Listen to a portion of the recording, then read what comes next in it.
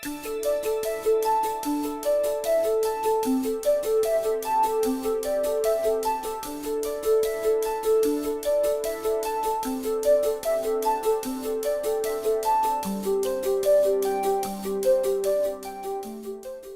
there, and welcome to The Public's Health, the show that puts you, the public, back into public health. I'm Dr. Tony Iton, your host. Today we're going to be talking about a subject that is probably of great concern to you. It's certainly gotten a lot of media attention.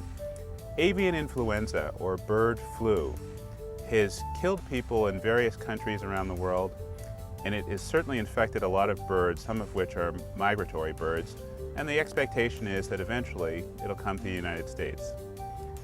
We're going to be talking about this subject from a slightly different perspective. You have a daily routine, the things that you need to do to continue your daily lives. You need to go to work. You need to get food. You need to use transportation. Your children need to go to school. And finally, many of us need to get health care. We're going to be talking about this subject from those perspectives. How do you maintain your daily routine? During a circulating pandemic, when the virus is in our community, we're going to have concerns about coming into contact with strangers, people at the grocery store, people at the pharmacy, at the post office, at a variety of different places where we might feel that we could be exposed to the virus. This show is going to talk to you about some simple precautions that you can take and give you a little bit of knowledge about how you can avoid becoming infected by just practicing simple respiratory hygiene, hand washing, the kinds of things that your grandmother always taught you.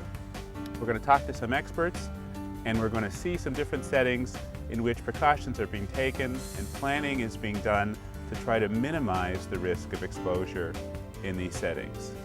We all need to do these things. We need life to go on during a pandemic. We hope that this information will help you, help us, keep as many people healthy and safe throughout this pandemic. Thank you. Many of us have to work to maintain our normal daily routines. Some of us work for ourselves, some work for small businesses, some work for large businesses. During a pandemic, you may be asking, is my work going to be there? How will I get to work? What kind of preparations are being made by my employer to ensure that things go on as routine during a pandemic? We're joined now by an expert in business continuity, Brandon Bond. Welcome, Brandon. Thank you. Glad to be here. Brandon, set the context for us. Give us a sense of what it is that we need to be concerned about during a pandemic that might affect businesses and how they operate. Well, a pandemic is a unique scenario in that it is going to affect a large geographic area. The fact that it is a pandemic, meaning it's a global event. That being said, when we look at our economy being a global economic economy, major corporations have interdependencies on vendors that may be in other countries. And even if the pandemic starts overseas, it is going to start to affect us here in the United States. Say, for example, your company has a key supplier that manufactures their goods overseas, and that company may be impacted by what's happening in that other country, and you're no longer able to get those critical manufacturing parts into your supply chain. Going beyond that, as we start to see the pandemic hit the United States, when we start to have an impact to our workforce, say 30%, is your company able and ready to operate with a scaled down workforce? And as we start to see more effects into the communities, say for example, schools are shut down. Now all of your employees who have school-aged children have to stay home and take care of their kids. So are you prepared to deal with that? And then we start to see effects into the small and medium-sized businesses that may only have 100, 200 employees. Well, a 30% reduction in your workforce is a critical impact to your ability to operate your business, for your ability to maintain your relationships with your customers. So we have to start to look at the planning in terms of interdependencies and how we would be able to maintain our business operations as we start to see this domino effect. Okay, well that's quite extensive. Let me ask you this. I'm a small business owner, and I'm sitting here listening to this thinking, oh no, this is another Y2K or the swine flu bust that happened in the 60s. Why should I take this seriously? Are my colleagues in large business taking this seriously? Absolutely. If you look at some of the major international corporations such as Visa or Intel or Cisco Systems, all of those companies are starting to put together extensive pandemic plans that start to look at what are the critical impacts to their businesses? What are the critical interdependencies with different vendors and suppliers that they have?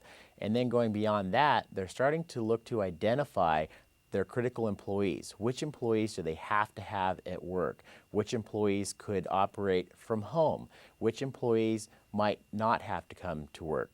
And then as you start to categorize the employees, how are you going to communicate with each one of those employee groups? What messages are you going to give to them? How are you going to protect the employees that have to come into the workplace? Let me stop you there for a second and ask you this. What are the elements of a business continuity plan? Take our viewers through the core elements that businesses need to be concerned about. So business continuity planning is essentially how do you maintain your business operations during a crisis or during a disaster. So if we step away from pandemic for a moment and look at a scenario such as an earthquake, we identify the scenario being earthquake worst case potential that we lose our building. So what is the business impact to us of not being able to go to our work site? From there, we start to identify the processes that we have in our business and what are the key processes to maintain our business operations. And we prioritize those in what we call a recovery time objective and determine which things in our business we have to get up and running and how fast. From there, we start to look at what plans can we put into place to maintain business operations and then recover our business operations during the actual crisis itself. Of course, the very first thing is the emergency response and the protection of our employees. And at the same time, we want to be able to start to recover our business operations because we are still going to have customers that we have to support. Whether it's a local business and you have folks that are used to coming and getting certain supplies at your organization, or you're a large business and you have to get product to the other side of the nation, business and economics continue to operate during those disasters. Well, that's fascinating. Tell me first, what are the employers thinking about in terms of protecting their own employees? What are they telling their employees and what their employees should do first before business continuity can even get started? Well, the first part is the education and awareness to the employees so that they have an understanding of what the flu is. What is a pandemic? What is the avian flu? What is the threat to you as an employee? And as we start to then educate the employees as to what the scenario is, we have to start to educate our employees as to how they can start to protect themselves. Mm-hmm. A lot of companies are looking at personal protective equipment in forms of respirators. And also, we have to educate the employees about disaster preparedness as a whole. What can you do at home to be better prepared for a disaster? If the schools are closed and you have to stay home and take care of your kids for 2 to 3 weeks, and at the same time there is a potential for certain infrastructures to start to be closed, are you going to be able to take care of your family? Do you have food? Do you have water? Do you have communications plans to be able to communicate with other members of your family to let everyone know that you're okay? So it's some of those basic emergency planning concepts that we really stress here in California with the earthquake scenario that we have to really reinforce as we start to look at a scenario such as a pandemic. So the message is take care of yourself, your family, your loved one first. Know what your community plan is before you start worrying about what your company's plan is. And a critical piece of that company's plan is to ensure that their employees have the home front taken care of. Is that right? Yes, it's a very good point, and you mentioned community as well. And as an individual, when you start to build your personal preparedness plans, you want to check with your neighbors and what are they doing to prepare for emergencies and disasters so that we don't have, again, a dependency where if you are prepared for a disaster and your neighbor's not, they may come and look to you to help them out, and then we are short on resources. So as individuals, we become prepared. As neighbors and communities, we become prepared.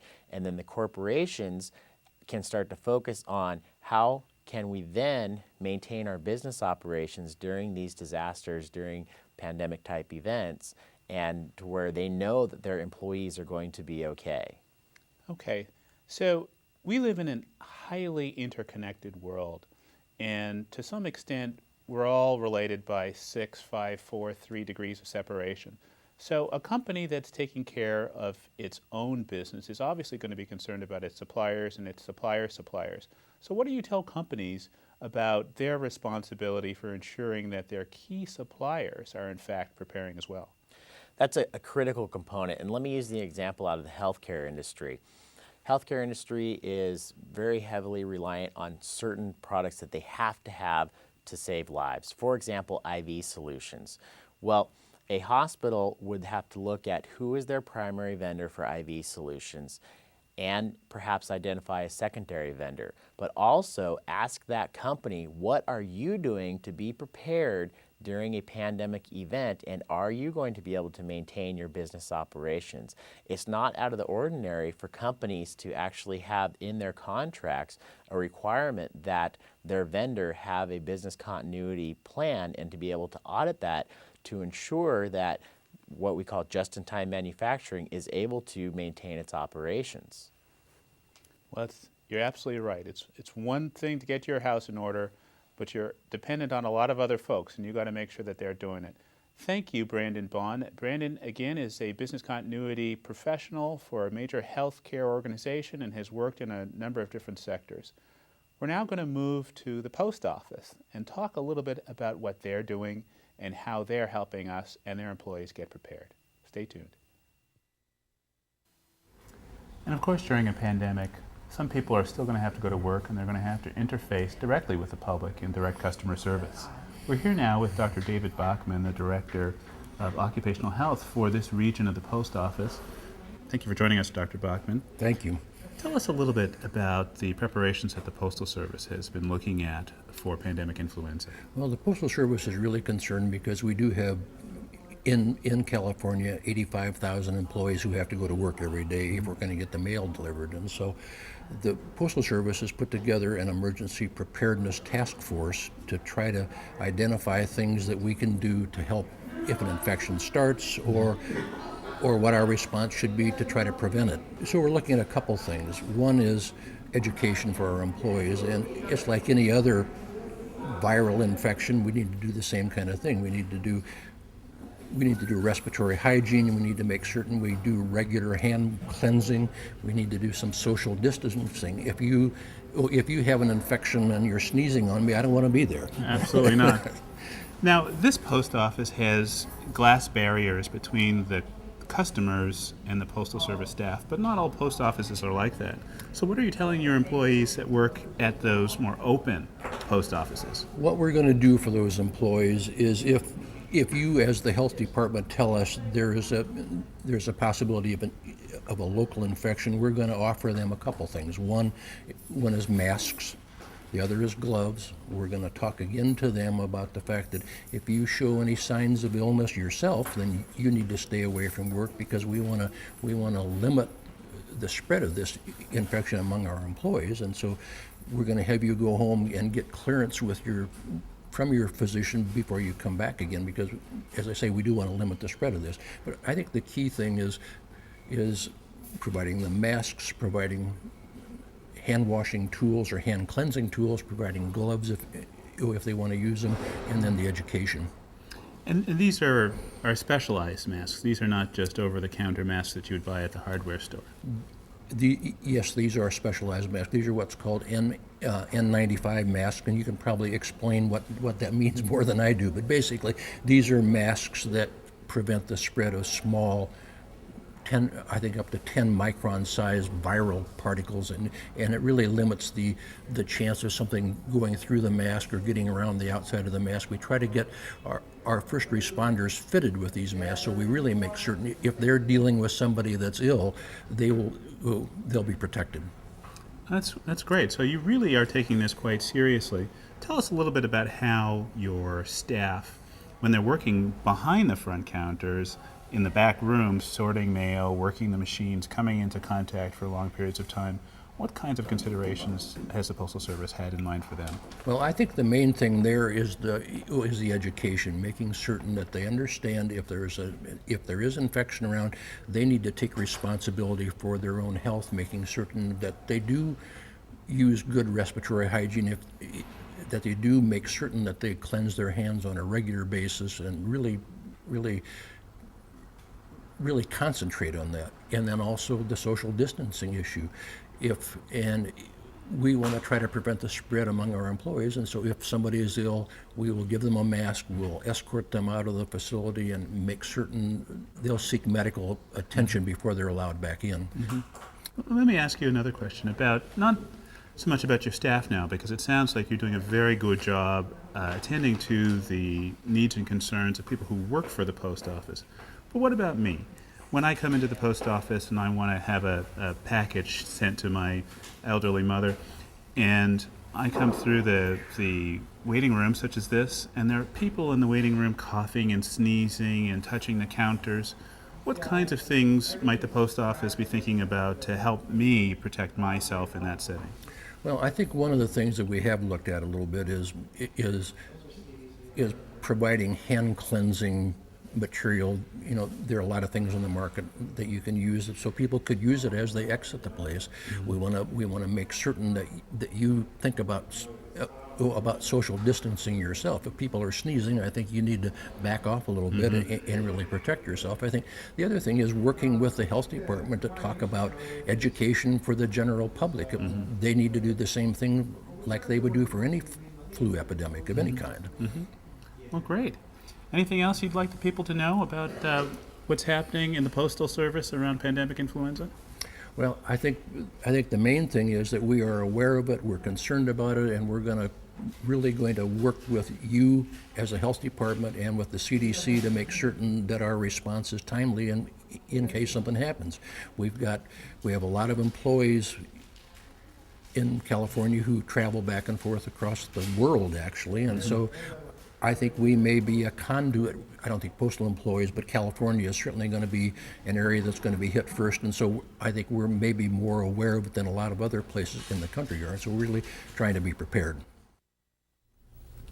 And now, another episode of Pandemic Detective. Today's episode finds the investigator on the Oakland waterfront. The suspect in this case is Vi, the virus. Let me dish out the facts. She's small and very dangerous. She travels around the world now and then. She likes birds. She might learn to like you. I'm watching for her. The health department's watching. If Vi the virus shows her ugly mug, we'll be ready. So cover your cough, wash your hands, and keep your eye on Vi the virus. Brought to you by the Alameda County Public Health Department.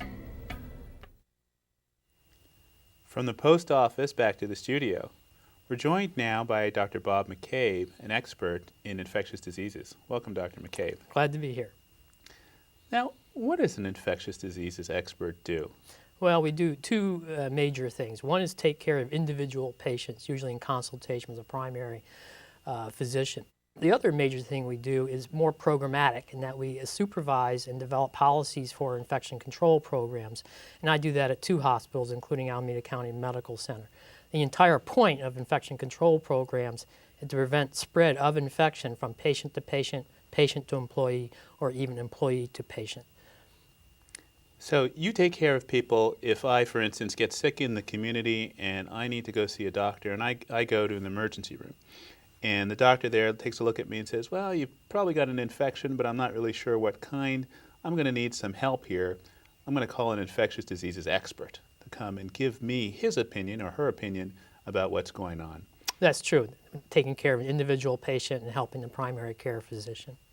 And you also help set policies then for hospitals to prevent the spread of infections within hospitals. Absolutely. Oh, great. So you really are the expert that we need to be talking to. Thank you. One thing we know is that in the case of SARS and in the case of smallpox, we have heard that healthcare employees are at somewhat higher risk. Before you answer that question, let's go to the CEO of Highland Hospital, Mr. Wright Lassiter, who has this message for the employees of Highland Hospital and Alameda County Medical Center, but it's a message that's relevant to anybody who works in a healthcare setting. Take a look. Hi, I'm Wright Lassiter, CEO of Alameda County Medical Center, and I want to give you a little bit of information regarding a widespread flu outbreak. As you know, Alameda County Medical Center is a critical asset in the safety net and fabric of providing medical care for Alameda County. As a result, our community is counting on us to be there when they need us. In the event of a widespread flu outbreak, the community will need us more than ever, and we need you more than ever. And I would ask you to rely on the training that we have given you and ensure that you are very disciplined regarding the use of gloves, regarding the use of alcohol wipes, regarding the use of alcohol hand rubs, and regarding the use of masks, either if you are in an environment, a care environment where you believe you might become exposed to patients who have influenza, or if you yourself are suffering from symptoms, we would ask to make sure that you wear a mask to prevent the transmission of disease. The same tips that we give you and the same practices we ask you to apply when you're at work, we ask you to apply those at home as well. But it's important for you to know that if you are well, we need you to be at work and to serve this community. In the event that you become symptomatic of the flu, we ask you to call your supervisor and inform them of your situation before coming to the workplace to make sure that we can protect both your health and the health of our patients. We ask you to follow these tips, and we hope that it will prevent and reduce your risk of transmission of the flu, as well as reduce the risk of transmission to our patients. Thank you. Hospitals are taking this seriously, and the brains behind these kinds of plans are people like Dr. McCabe's. So, I work at a hospital. How do I protect myself? What do I need to know? Well, we need to know how the flu bug is transmitted. And we know that it can be transmitted very easily because flu bug can go through an entire high school or a middle school or even in your own family very quickly. So we know that when people are in close congress or close together, that can spread quite quickly. The flu bug is spread in what we call respiratory droplets. And these respiratory droplets are produced when we cough, sneeze, or even talk as we are doing now. So the name of the game is to not inhale respiratory droplets from someone who actually has the flu bug. The obvious approach to that problem is to wear a mask if you think you're in contact with someone who is sick, for example, a patient's in the hospital. The trick, however, is that those respiratory droplets may land on a doorknob or on a bedside stand, and you may put your hand on that bedside stand, and we all know what we do with our hands. They go to our mouth, they go to our nose, they even go to our eyes. Sure. So a key point in breaking the transmission of the flu virus from a patient who may even be your coworker, for example, who may not even know he's infected because the flu virus is contagious before he even develops symptoms, is to prevent the virus from reaching your hand, or if it reaches your hands, to kill it. And the way you kill it is by hand washing. Other things you can do is try and prevent touching your nose or your eyes. That's much more difficult to do. The key point is to prevent inhalation of the respiratory droplets or to kill that virus when it's on your hands. Okay, well, let's take this one thing at a time here. I should be washing my hands how often a day? Are there any caveats I should know if I work in a hospital about how to wash my hands?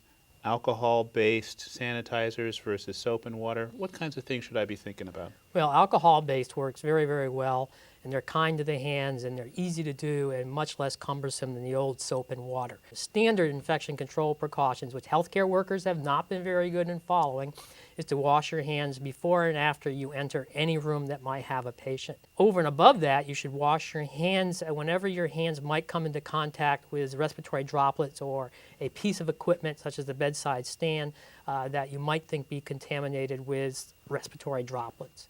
Okay. So let me ask you this very simple question. I work in dietary, and I move trays from one part of the hospital to another part of the hospital. And I'm moving trays into a room where there has been a patient who has been sick. I don't know that, but I'm walking into a room where there have been patients. Can I get influenza from just having gone into the room where that patient had been, even if that patient is no longer there?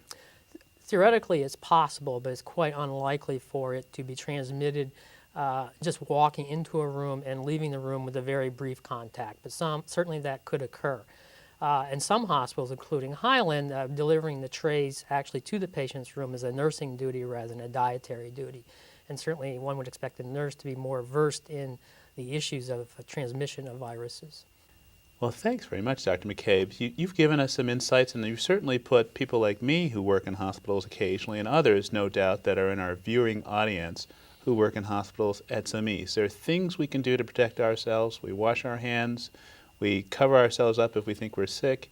We avoid coming into direct contact with patients whenever possible, and try to manage our risk in that way. Some masks are works of art. Others are for fun. Some masks protect you. Others protect those around you. Airborne droplets from your cough or sneeze can expose others to influenza. Use tissues to cover your cough. And if a flu pandemic arrives, please cover your cough with a mask. For more information about pandemic flu, visit pandemicflu.gov or ACPHD.org. Brought to you by the Alameda County Public Health Department. Now we're going to go to Dr. Bob Benjamin, who's going to give us the essence of public health wisdom around protecting ourselves from influenza. Bob? Thanks, Tony. We've just had a very interesting presentation on interdependence, which begins at a global level with businesses being interdependent upon each other, comes down to a more local level with neighborhoods being interdependent. But what it all boils down to is each and every one of us being dependent upon ourselves. We need to have plans in place to respond to all disasters, especially a flu. Things that came out, I think, that are really important for us to practice: personal hygiene, hand washing, respiratory hygiene, cover our coughs. If we are working, call your boss, talk to your employer, see what the plan is for businesses to keep running and for each and every one of us to keep working. Talk with your neighbors. Develop a plan whereby you can rely on your neighbors for things like food, water, and if necessary, childcare. So it's critical. It's critical that we each have an individual plan, a plan to contact work, a plan for childcare, a plan to stay healthy. Wash your hands, don't come into work if you're sick, cover your cough. Thanks, Bob. And there you have it. Everything your grandmother taught you is now coming into play. Next episode, we're going to talk about food, how to maintain access to food during a pandemic. Hope we'll see you then.